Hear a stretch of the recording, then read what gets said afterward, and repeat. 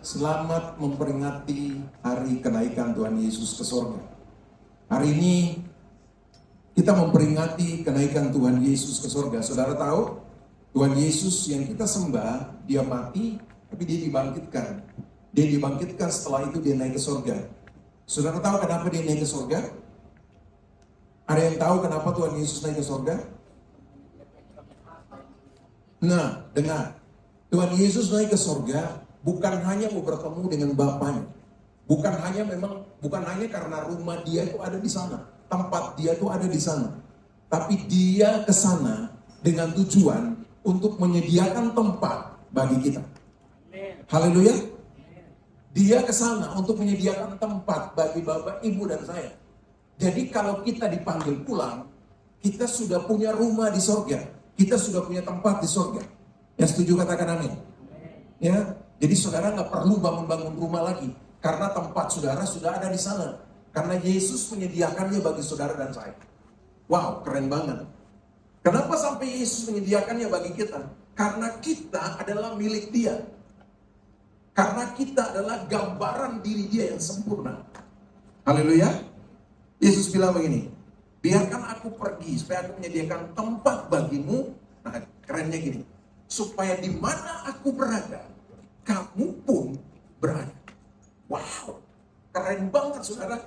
Jadi saudara perhatikan katanya, dia bilang ini, supaya di mana aku berada, di situ pun kamu berada. Dengar, Yesus rindu dekat-dekat dengan saudara. Yang setuju katakan amin. Yesus sangat rindu dengan saudara. Nah, cuma kadang-kadang kita yang suka menjauh dari Yesus. Betul apa benar? Hah? Kita yang suka jauh dari Tuhan kan? Lihat Yesus begini, dia mau dekat setiap saat dengan kita. Dia bilang begini, biar kamu ada bersama-sama dengan aku. Aku ke sana supaya aku tempat bagi kamu, jadikan tempat bagi kamu, supaya dimanapun aku berada, kamu pun berada. Jadi dia rindu, di mana dia berada, kamu dan saya, Bapak Ibu dan saya ada. Dia rindu dekat-dekat dengan kita. Dia rindu bersekutu dengan kita. Tapi kitanya kadang-kadang menghindar dari dia. Kadang-kadang menjauh dari dia. Bukan kadang-kadang lagi, sering menjauh dari dia. Amin. Amin gak? Amin. Iya kan? Jangan pura-pura tuli deh. Benar gitu kan? Suka jauh dari Tuhan tuh? Benar gak? Benar gak? Suka kita. Buktinya sekarang nih, kursi-kursi kosong banyak. Mau ngomong apa coba? Halo? Banyak kan yang masih, saya nggak bisa dulu karena ini. Padahal kan kita punya waktu. Setahun sekali baru kita memperingati kenaikan Tuhan Yesus ke surga. Kalau kita tahu makna penting dari kenaikan Kristus di surga, pasti kita akan datang bersekutu dengan Dia. Yang setuju katakan amin. Kalau kita mengerti makna dari kenaikan Tuhan Yesus ke surga, saudara dan saya akan bawa diri, siapkan waktu untuk datang bersekutu dengan Dia. Halo? Amin. Ini yang penting yang harus kita ingat dalam hidup kita, supaya jangan kita salah. Ingat, Yesus mati. Dia mati itu bagi siapa? Bagi kepentingan kita. Amin. Dengar baik. Dia mati itu bagi kepentingan siapa? Bukan kepentingan dia. Dia udah enak di surga. Dia nggak perlu turun mati bagi kita. Tapi dia mau mati demi kepentingan saudara dan saya. Haleluya. Dia bangkit. Dia menderita semua karena kepentingan kita. Dia dipukul, dihina, diludahi. Bahkan semua tubuhnya hancur. Tahu nggak? Semua tubuh Yesus itu hancur. Saudara cuma lihat di film-film biasa aja. Tapi kalau saudara baca dalam Alkitab, di kitab Yesaya, sampai orang itu sudah nggak kenal dia itu siapa. Kenapa? Karena hancur semua tubuhnya. Dia lakukan itu karena siapa? Karena Bapak, Ibu, dan saya. Halo? Dia bangkit juga karena Bapak, Ibu, dan saya. Kalau dia nggak bangkit, nggak mungkin kita diselamatkan. Haleluya. Kalau dia nggak bangkit, kita percaya kepercayaan kita sia-sia. Kenapa? Karena kita percaya kepada Allah yang mati. Halo? Tapi ketika dia bangkit, dia menunjukkan bahwa dia itu Allah. Dia itu Allah yang hidup. Makanya dia bangkit dari antara orang mati. Jadi nggak sia-sia kepercayaan kita kepada dia. Halo? Dia naik ke surga juga bukan karena kepentingan dia, tapi kepentingan Bapak, Ibu, dan saya. Haleluya. Betul kan? Kepentingan kita karena dia mau menyediakan tempat bagi kita di sana. Supaya ketika kita pulang kita sudah punya tempat. Halo? Kita nggak ngontrak lagi. Siapa lagi yang mau ngontrak di surga? Emang bisa orang ngontrak di surga? Enggak kan? Halo? Bapak Ibu tolong bikin muka yang benar dulu, coba. Styling mukanya yang keren dulu, coba. Senyum, coba gitu. Ini mukanya. Kita ini harus bersuka cita. Kenapa? Karena Yesus naik ke surga. Haleluya. Menyediakan tempat bagi saudara dan saya. Kalau dia menyediakan tempat bagi kita, berarti kita sudah punya tempat. Tidak usah cari-cari tempat lagi. Itu berarti kamu dan saya sudah ada dalam surga. Yang setuju katakan amin. Bahkan dia bilang begini, supaya di mana aku berada, kamu pun berada. Halo? Wow, nggak keren apa itu? Bilang kiri kanan ini, kamu keren.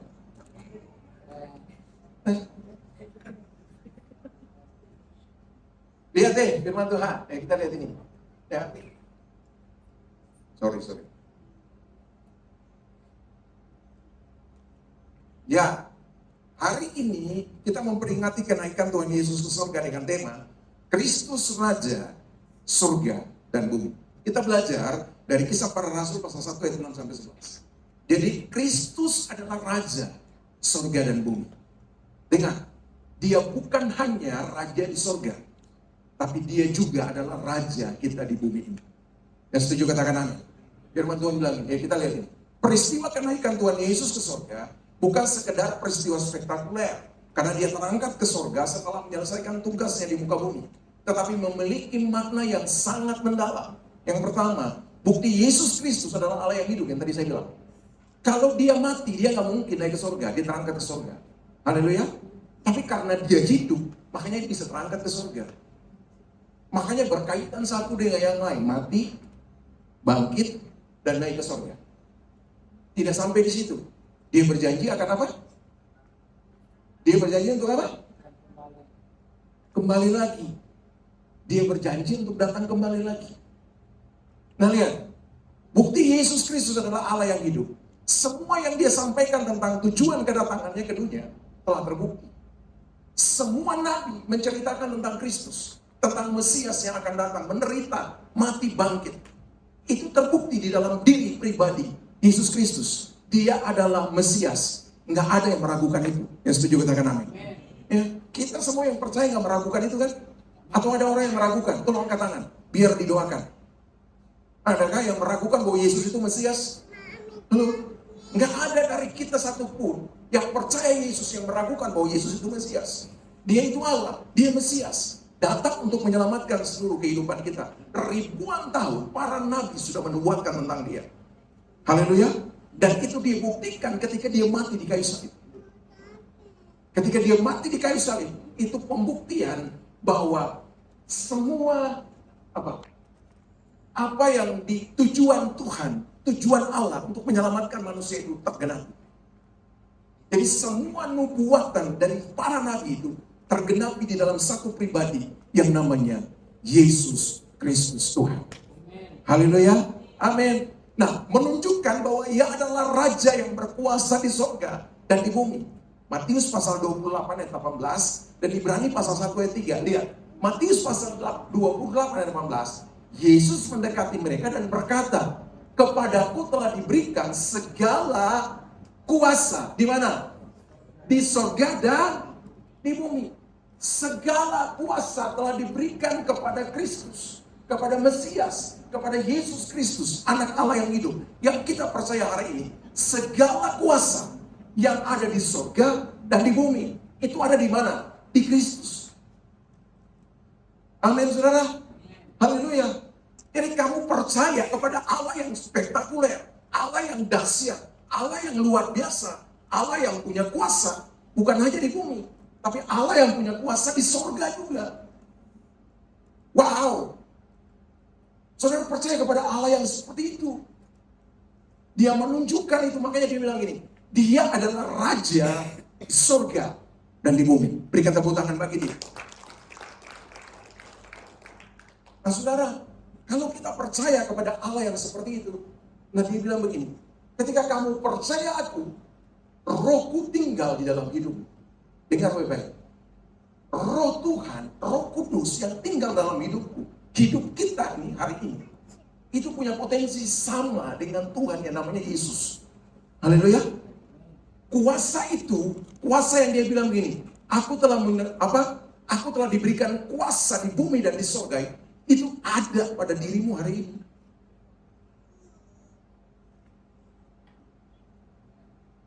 Jangan lihat aku seperti itu. Jangan kayak gitu. Kok Pak Amri begitu? Iya. Ketika Roh Kudus ketika Yesus ada dalam hidupmu, maka semua potensi, kuasa itu ada dalam hidupmu. Dan setuju katakan amin? Dan setuju katakan amin? Masa dia masuk terus kuasanya ditinggalkan? Enggak. Ketika dia ada dalam hidupmu, semua kuasa itu, potensi itu ada di dalam kehidupan kita. Berarti kamu dan saya itu luar biasa. Cuma karena kita saja yang belum sadar akan hal itu. Haleluya. Kita saja yang belum sadar akan hal itu. Yang buat kita, aduh gimana ya, cari pendeta inilah, cari pendeta itulah, doa biar sembuh. Semua kuasa itu telah diberikan dalam kehidupan. Amin. Semua potensi kuasa itu ada dalam hidup. Pakai itu untuk dia dimuliakan. Haleluya. Nah, mari kita mau belajar dari Kisah Para Rasul pasal 1 ayat 6 sampai dengan 11. Kita belajar sama-sama ya, saudara. Saya menemukan ada beberapa hal yang luar biasa ya, yang ada di dalam Kisah Para Rasul pasal 1 ayat 6 sampai 11. Kita mulai dengan ini. Kisah Para Rasul 1 ayat 6 sampai dengan 7. Dia bilang begini. Maka bertanyalah mereka yang berkumpul di situ, Tuhan, maukah engkau pada masa ini memulihkan kerajaan bagi Israel? Lalu dengar apa kata Yesus? Jawabnya, engkau tidak perlu mengetahui masa dan waktu yang ditetapkan Bapa sendiri menurut kuasanya. Saudara, apa yang kita bisa belajar dari firman Tuhan ini? Dari Kisah Para Rasul pasal 1 ayat 6 dan 7. Apa yang kita bisa belajar dari situ? Saya dapatkan ini, saudara. Jangan memanfaatkan Kristus untuk kepentingan diri sendiri. Yang setuju katakan amin. Dengar baik. Jangan memanfaatkan Tuhan, jangan memanfaatkan Kristus untuk kepentingan kita, untuk kerajaan kita sendiri. Nggak boleh. Lihat, para pengikutnya bilang begini, Tuhan, maukah engkau pada masa ini memulihkan kerajaan bagi Israel? Dengar, kita tahu Yesus datang itu bukan untuk memulihkan kerajaan Israel. Amin. Yesus datang ke dalam dunia untuk menyelamatkan seluruh dunia ini, memulihkan seluruh dunia ini. Jadi bukan menyelamatkan atau bukan memulihkan kerajaan Israel. Enggak. Yesus enggak seperti itu. Tapi tujuan Yesus datang adalah menyelamatkan seluruh umat manusia, seluruh dunia ini. Amin. Bapak, Ibu, dan saya diselamatkan oleh Dia. Kalau cuma untuk kerajaan Israel, kita pasti tidak diselamatkan. Yang setuju katakan amin. Haleluya. Jadi gini, kalau saya bilang begini, dia jawab Yesus, engkau tidak perlu mengetahui masa dan waktu yang ditetapkan Bapa sendiri menurut kuasanya. Yesus bilang begini, enggak perlu kamu tahu. Enggak perlu. Dengar, jangan memanfaatkan Kristus untuk kepentingan kita sendiri. Kita sering memanfaatkan Dia kan untuk kepentingan kita. Betul enggak? Saya mau datang ke gereja supaya saya diberkati. Bukankah kita sedang memanfaatkan Dia? Haleluya. Amin. Jangan lihat saya kayak gitu. Benar itu. Salah kita. Jangan, saya mau ke gereja supaya masalah saya selesai. Ngawur kita. Halo. Saya datang ke gereja supaya penyakit saya disembuhkan. Enggak itu. Kita sedang memanfaatkan Tuhan untuk kepentingan kita. Yang setuju katakan amin. Yang setuju katakan amin. Lupa, berarti kita datang ke gereja untuk apa? Dengar, setting dari rumah, hatimu dari rumah, untuk datang memberikan yang terbaik bagi Tuhan. Yang setuju katakan amin. Karena ini, semua yang kamu butuhkan, Tuhan sudah penuhi dalam hidupmu. Halo? Jadi jangan memanfaatkan Dia. Jangan memanfaatkan Tuhan. Dia tahu apa yang kamu butuhkan. Haleluya. Bukan hanya orang-orang yang memanfaatkan. Kadang-kadang gini, ya Tuhan aku sudah berdoa ke kamu. Tapi kamu nggak pernah bantu-bantu aku, ya udahlah, gue nggak pernah lagi ke gereja. Iya. Kita mau ngancam-ngancam Tuhan, nggak apa-apa. Tuhan bilang gini, nggak apa-apa lu nggak ke gereja, gue bawa orang lain datang di gereja. Nah, setuju katakan amin? Ya kan? Kalau lu nggak ke gereja, nggak apa-apa. Ada banyak orang yang aku bisa gerakkan untuk datang ke gereja. Kalaupun manusia nggak mau datang ke gereja, aku bisa gerakan batu, aku bisa gerakan pohon-pohon untuk menyembah aku. Nah, setuju katakan amin? Jangan main-main ngancam dengan Tuhan. Jangan manfaatkan Tuhan untuk kepentingan pribadi kita. Nggak boleh. Halo? Nggak boleh. Apalagi cuma begini. Enggak lah, karena saya Kristen makanya saya datang di gereja. Ya, rutinitas biasa aja kamu datang di gereja tanpa tujuan. Ngapain? Buang-buang waktu kita datang ke gereja. Setuju katakan amin? Haleluya. Datang ke gereja itu tujuan begini. Memuliakan dan meninggikan Dia. Kenapa sampai kita memuliakan dan meninggikan Dia? Karena Dia sudah memberkati kita. Dia sudah menyelamatkan kita. Dia sudah menyertai kita. Bahkan Dia sudah memberikan jalan keluar bagi setiap persoalan dan masalah kita. Dan setuju katakan amin? Setuju katakan amin? Lupa, saya kan punya masalah. Saya punya persoalan. Dengar ini baik-baik. Dengar baik-baik teman-teman. Jangan buru-buru tolak masalah. Halo? Dalam nama Yesus, masalah pergi. Kalau kamu mau jadi matang, kamu mau jadi dewasa, harus ada masalah. Yang setuju katakan amin? Betul kan? Kalau kamu mau jadi matang, kamu jadi dewasa, kamu mau bertumbuh, harus ada masalah. Halo? Dengar, kalau kamu mau naik level, kamu mau naik tingkat, kamu mau naik kelas, harus ada ujian. Tanpa ujian, gak mungkin kamu naik level. Dengar, kalau tanpa ujian, kamu tidak pernah akan bisa naik kelas. Tinggal di bawah terus. Siapa yang mau tinggal di bawah terus? Gak mau saya. Saya mau naik level, saya mau naik tingkat, saya mau dewasa, saya mau matang di dalam Tuhan. Kalau masalah datang, Dia mendewasakanmu, Dia mematangkanmu, untuk kamu bisa bertumbuh dan berbuah lebat, berbuah tetap, untuk Yesus dipemuliakan. Haleluya. Amin. Ini sekali lagi dulu. Jangan memanfaatkan Tuhan. Amin. Jangan memanfaatkan Tuhan untuk kepentinganmu sendiri. Tuhan, aku datang ke gereja supaya bisnisku diberkati. Nggak ada yang gitu. Nggak ada yang kayak gitu, saudara. Kalau saudara punya motivasi kayak begitu, berhenti ke gereja. Karena saudara akan buang-buang waktu datang ke gereja. Amin.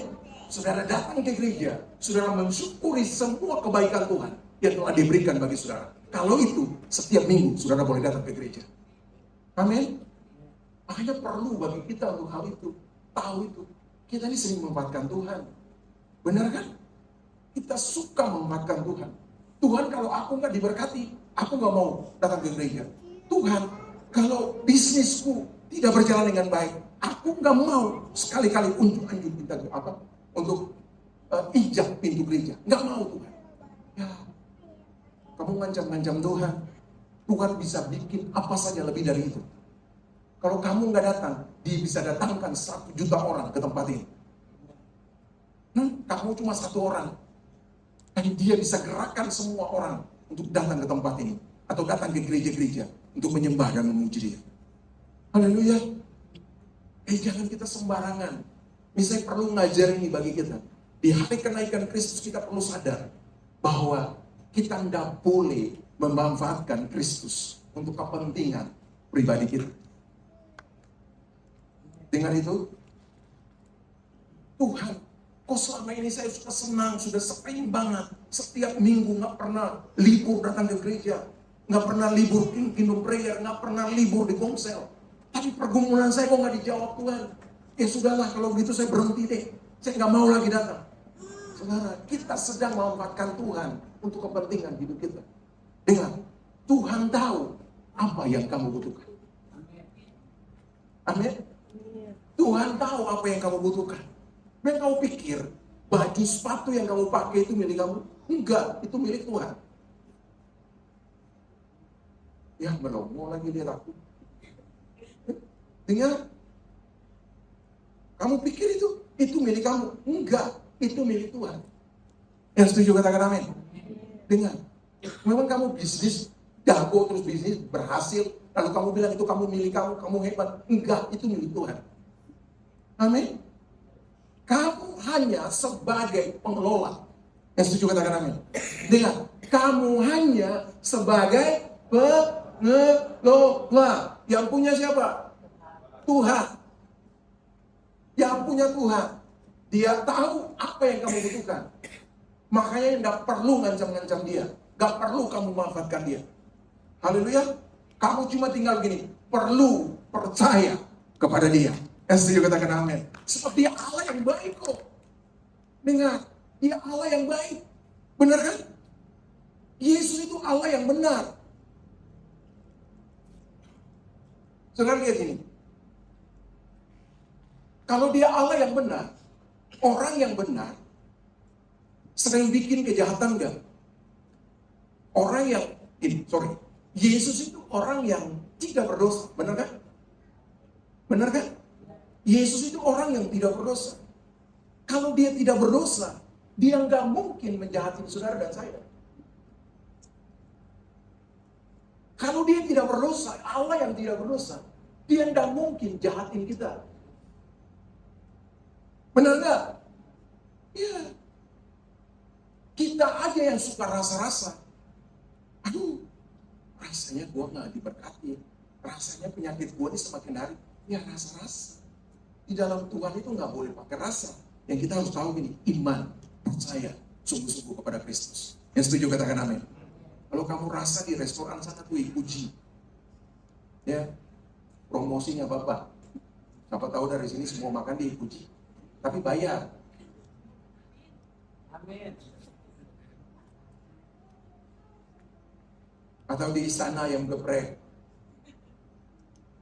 nggak bisa promosi satu harus semua nih. Di mana lagi? Bro, di Cipanas ada kantin di Cipanas, kantin roh, boleh. Ya saudara, kita harus seperti itu, jangan manfaatkan Tuhan di dalam hidup. Yang setuju katakan amin. Tapi kita tahu ini, Tuhan punya rencana besar di dalam hidup, dan Dia tahu apa kebutuhanmu dalam hidup. Lihat ini, ibadah dan pelayanan disertai motivasi yang tidak benar adalah apa? Jahat di mata Tuhan. Adalah apa sekali lagi? Jahat di mata Tuhan. Jahat di mata Tuhan. Dengar, ketika kamu naik ke tempat ini, saya naik ke tempat ini dengan motivasi supaya orang mengangkat saya, orang memuliakan saya, itu jahat di mata Tuhan. Ketika kamu menyembah Tuhan, memuji Tuhan, main musik, lalu orang bilang supaya orang ngangkat-ngangkat kamu jahat di mata Tuhan. Halo? Kalau kamu ibadah, kamu punya pelayanan, dan disertai dengan motivasi yang salah, motivasi yang tidak benar, itu apa? Jahat di mata Tuhan. Termasuk kamu datang ke tempat ini punya motivasi yang salah, itu jahat di mata Tuhan. Berhenti datang ke gereja. Halo? Daripada kamu jahat di mata Tuhan. Artinya begini, setting hatimu menjadi benar.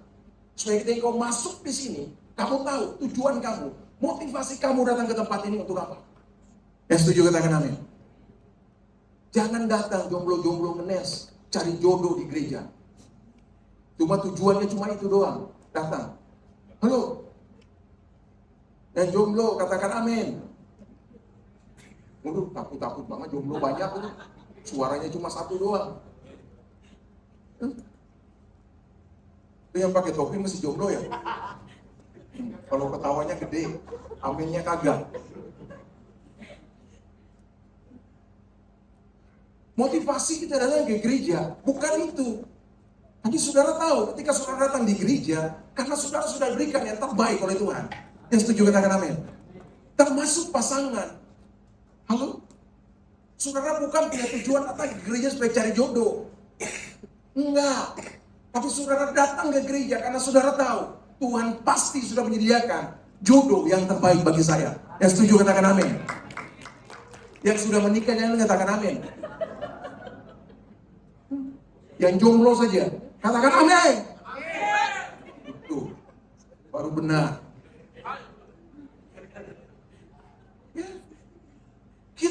jodoh, jangan masalah juga begini. Datang dengan pasangan terus katakan amin, bahaya.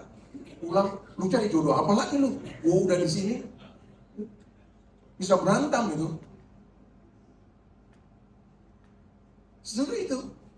Jadi tujuan kamu datang ke sini itu apa? Tahu bahwa untuk memuliakan Tuhan. Yang setuju katakan amin. Gitu. Jadi datang ke sini hanya satu, untuk meninggikan, memuliakan Dia. Kenapa? Karena kamu sudah diberkati. Karena kamu sudah disediakan jodoh yang terbaik. Karena kamu sudah diberkati dalam bisnis. Kan kita melangkah bukan rasa lagi, tapi kita melangkah karena iman. Halo? Benar kan? Kita melangkah bukan karena rasa kan, tapi kita melangkah di dalam Tuhan itu karena iman, percaya. Percaya bahwa Tuhan sudah memberkati saya. Percaya bahwa Tuhan sudah menyediakan sesuatu yang terbaik bagi saya. Jodoh yang terbaik bagi saya, berkat yang terbaik bagi saya, jalan keluar bagi setiap masalah saya. Bahkan kesembuhan yang telah saya dapat. Kita harus imani itu, kita percaya itu. Di dalam Tuhan, di dalam kebenaran, di dalam Kristus. Itu yang harus kita tahu. Bukan perasa. Bukan. Kalau kamu main rasa-rasa terus susah. Nanti kamu akan salahin Tuhan terus. Yang setuju katakan amin. Kadang-kadang kan siapa yang dengar? Kadang-kadang kalau pacaran siapa yang pilih jodoh? Siapa yang pilih pacarmu? Siapa yang pilih? Kita kan? Kalau putus bisa salahin siapa? Tuhan.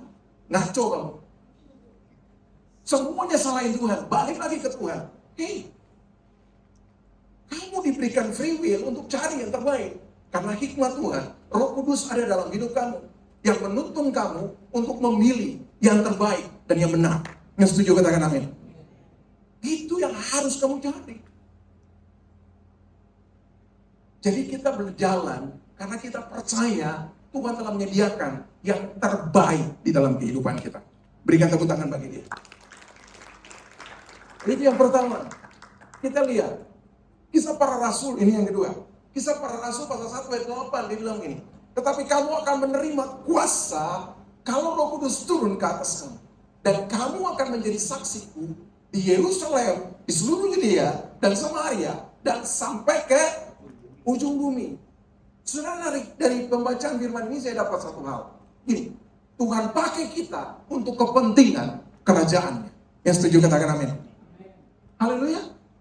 Tuhan pakai kita untuk kepentingan kerajaannya. Dia bilang begini.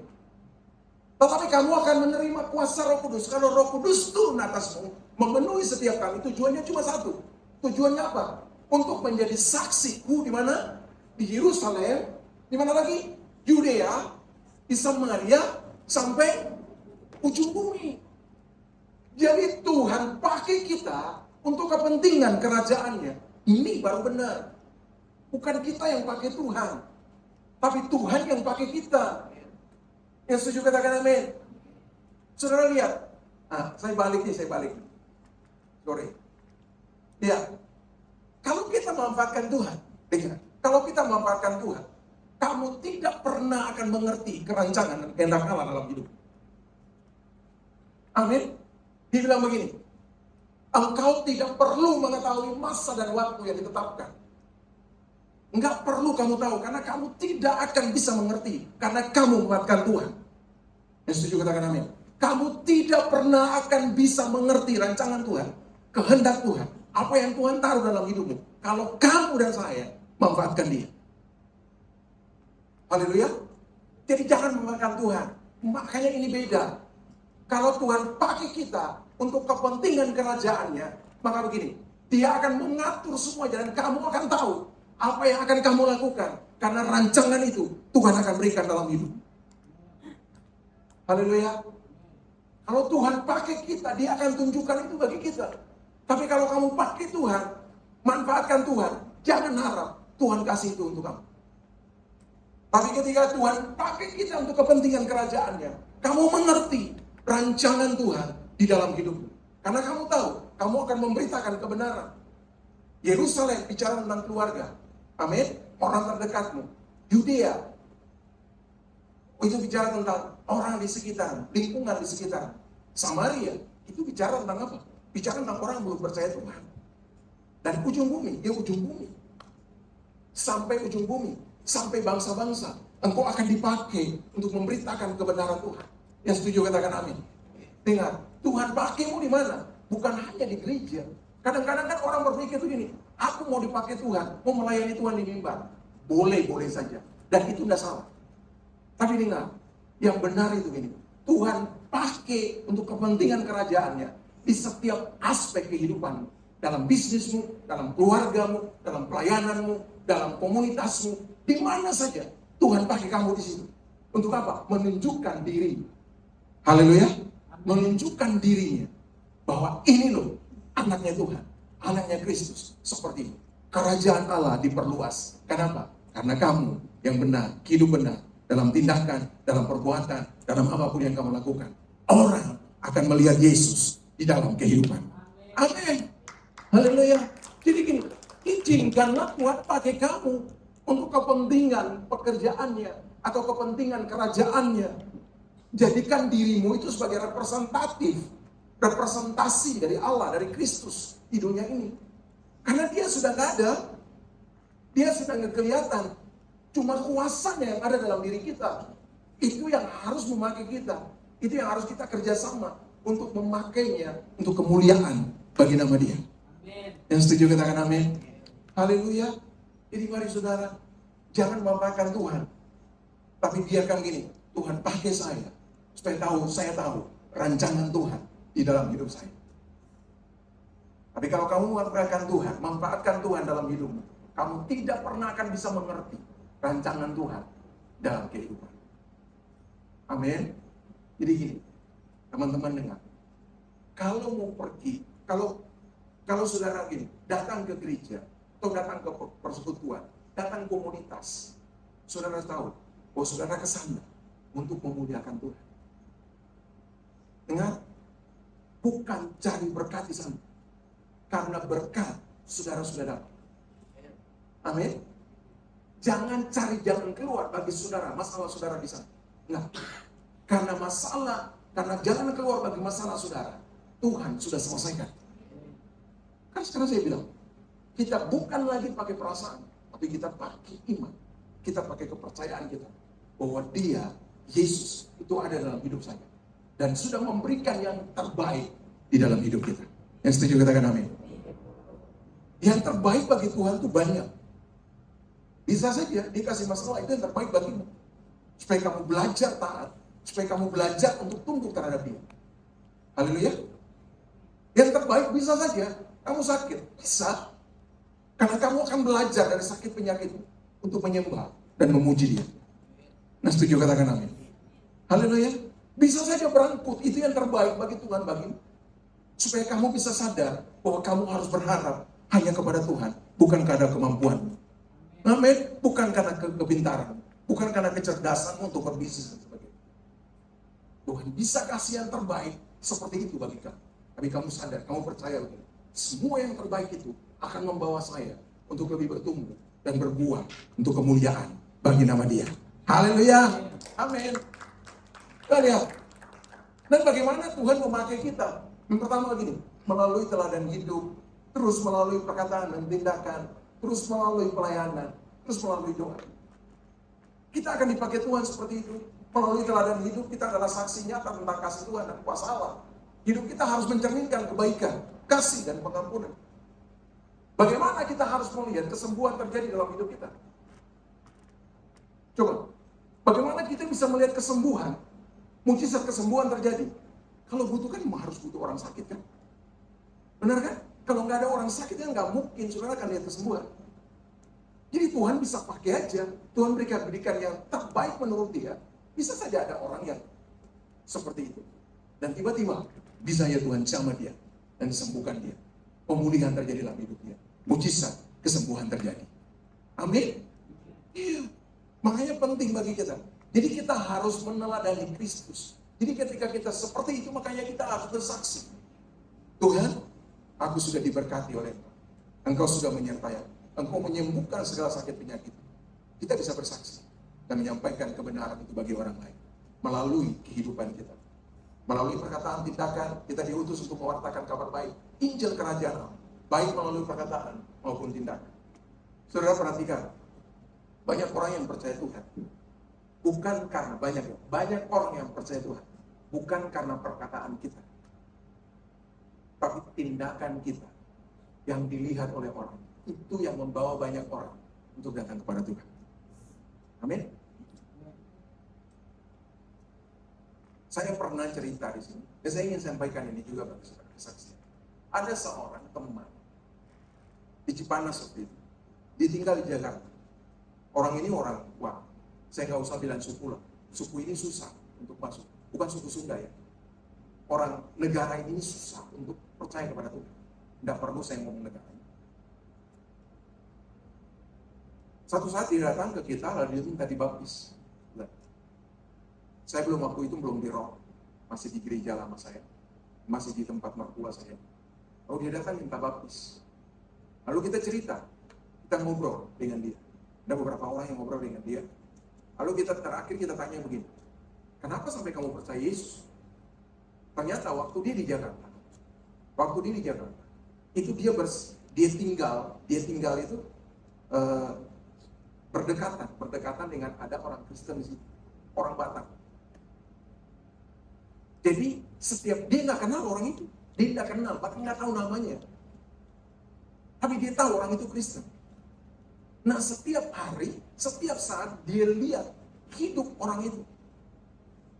Dia lihat keluarga itu seperti apa. Ketika dia lihat keluarga itu seperti apa, pasti baiklah. Pasti hidup dalam kebenaran. Karena apa? Melalui kehidupan keluarga itu, orang ini, dia bertobat dan percaya Yesus. Cuma saudara lihat ini. Orang ini, orang Batak ini nggak ngomong Yesus tentang dia. Bagi orang ini, enggak. Cuma lewat tindakan sehari-hari dari orang itu, dari keluarga mereka. Itu yang bawa anak ini, bawa orang ini untuk percaya kepada Kristus. Cuma saudara lihat ini. Saat itu dia datang terus dia bilang ini, saya minta dibaptis. Ya udah kalau dibaptis, berarti harus ada kelas dulu. Kelas untuk baptisan kan. Kita bikin dulu kelas baptisan. Baru dia berapa bulan, baru dia dibaptis. Baru kita celupkan dia. Saudara lihat, bukan karena perkataan, tapi tindakan dari orang-orang yang percaya Yesus, yang hidup dalam kebenaran, itu yang bawa orang ini untuk percaya kepada Kristus. Amin? Saudara ini keren banget, saudara. Keren. Dan saudara, negara ini susah untuk percaya Tuhan. Kalau bukan lawatan Tuhan bagi dia. Ya. Saudara tahu lah pasti negara apa ini. Ya. Kan lihatlah orang yang di Cipanas itu banyak orang mana gitu. Ya, pada sudah tahu lah. Ya. Nah, itu enggak. Tiba-tiba dia datang seperti itu. Karena cuma lihat kehidupan daripada orang tetangga dia, orang Kristen. Setiap hari dia lihat. Dan orang ini tidak pernah memberitakan Yesus bagi dia, enggak pernah. Pas di kita baru kita beritakan Yesus bagi dia. Nah, saudara lihat, dalam tindakanmu, dalam perbuatanmu, kamu dan saya harus menunjukkan Kristus dalam kehidupan kita. Amin. Haleluya. Melalui pelayanan, Tuhan memakai kita dalam berbagai pelayanan. Melalui mengajar firman, membantu sesama, dan menyatakan kebenarannya. Terus melalui doa. Doa adalah kekuatan kita dalam peperangan rohani. Untuk menolong orang-orang yang terbelenggu. Jadi doa itu punya kekuatan untuk melepaskan orang-orang yang terbelenggu. Saudara dan saya dipakai untuk itu. Ya, bukan saja pendeta seperti saya. Atau bukan saja Bro Erik, Cigaga. Bukan. Tapi kita semua dipakai oleh Tuhan. Tuhan kasih Roh Kudus itu bukan untuk pendeta aja tuh. Amin? Enggak, bukan untuk pendeta aja. Tapi Tuhan kasih Roh Kudus untuk setiap kita. Nah, pakai kuasa itu untuk menyatakan kemuliaan Allah. Sehingga melaluinya nama Kristus dimuliakan. Amin. Terakhir. Pemuji-pemuji maju yuk. Kisah Para Rasul 1 ayat 9 sampai 11. Dia lagi ini. Sesudah ia mengatakan demikian, terangkatlah ia disaksikan oleh mereka dan awan menutupnya dari pandangan mereka. Ketika mereka sedang menatap ke langit, waktu ia naik ke sorga, tiba-tiba berdirilah dua orang yang berpakaian putih dekat mereka. Dan berkata kepada mereka, hai orang-orang Galilea, mengapakah kamu berdiri melihat ke langit? Yesus ini yang terangkat ke sorga meninggalkan kamu, akan datang kembali dengan cara yang sama, seperti kamu melihat dia naik ke sorga. Yang setuju dengan firman ini katakan amin. Ketiga begini, walaupun Kristus sudah naik ke sorga, tetapi janjinya harus kita percaya. Perhatikan, walaupun hari ini Kristus tidak ada bersama-sama dengan kita. Dalam arti gini, secara fisik Yesus nggak ada bersama-sama dengan kita. Kita nggak lihat dia. Amin. Tapi kita harus percaya kepada janjinya. Amin, saudara. Kita harus percaya kepada janjinya. Lihat, ketika gini, ayat yang ke-11 dia bilang, dan berkatalah malaikat, dua orang yang tadi malaikat itu, hai orang-orang Galilea, mengapakah kamu berdiri melihat ke langit? Yesus ini yang terangkat ke surga meninggalkan kamu, akan datang kembali dengan cara yang sama seperti kamu melihat dia naik ke surga. Artinya gini, kamu harus percaya janji Tuhan bahwa dia akan datang kembali untuk menjemput kita. Yang setuju katakan amin. Untuk bersama-sama dengan kita, ambil kita masuk di dalam kerajaannya, tinggal bersama-sama dengan dia. Itu janjinya. Jadi kamu harus percaya janji itu. Janjinya bagi kita bahwa kamu sudah diberkati. Janjinya bagi kita bahwa kamu oleh bilur-bilurnya, kamu sudah sembuh. Janjinya bagi kita begini, bahwa aku tidak pernah meninggalkanmu. Amin. Itu janjinya. Percaya kepada janjinya. Walaupun mungkin fisiknya tidak kita lihat. Tetapi kuasanya masih ada di dalam hidup kamu. Amin.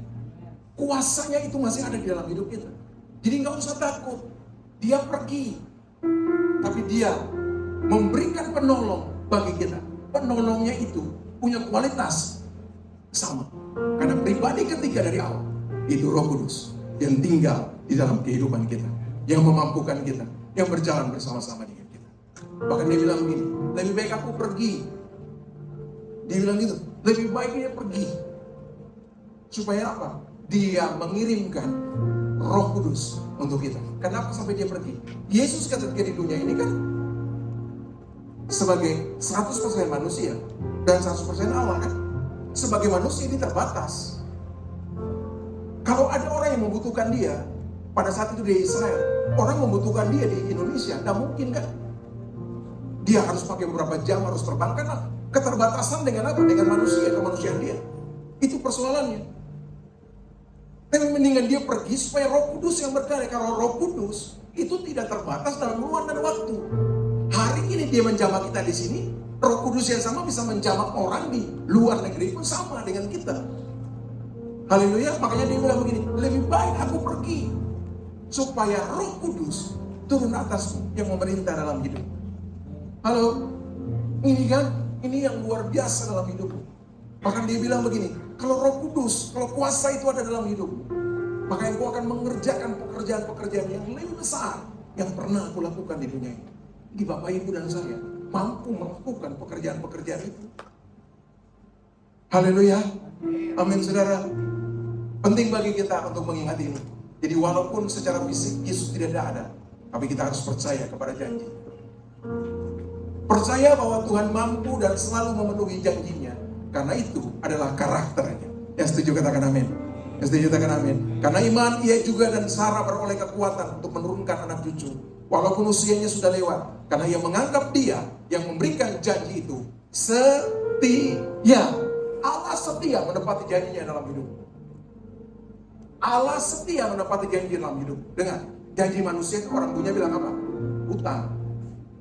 Hutang bagi orang dunia tuh mau bayar, kadang-kadang bayar, kadang-kadang enggak. Betul kan? Bahkan orang yang berhutang kadang-kadang lebih galak ketika ditagih daripada orang yang mengutangi. Betul kan? Benar nggak? Iya. Kalau mau ngutang, waduh mengemis-ngemis sampai berlutut, saudara. Sampai berdoa puasa untuk minta mengutang. Pas ditagih, galaknya lebih dari anjing elder. Loh? Betul. Kayak begitu. Dengar kami begini. Untuk Tuhan, dengar. Janji Tuhan itu begini. Janji yang Tuhan berikan bagi dia, dia mempertaruhkan dirinya untuk janji itu. Jadi setiap janji yang dia sampaikan bagi kita, itu pasti tergenapi. Kenapa? Karena dia sedang mempertaruhkan diri dia, pribadi dia, untuk janji itu. Amin, saudara. Jadi saudara percaya kepada Allah yang punya karakter itu apa? Setia. Allah yang punya karakter itu setia. Jadi dia setia menepati janjinya dalam hidup. Kalau dia bilang ini dia sudah memberkati, udah kamu sudah diberkati. Kan tinggal kamu percaya. Amin. Amin.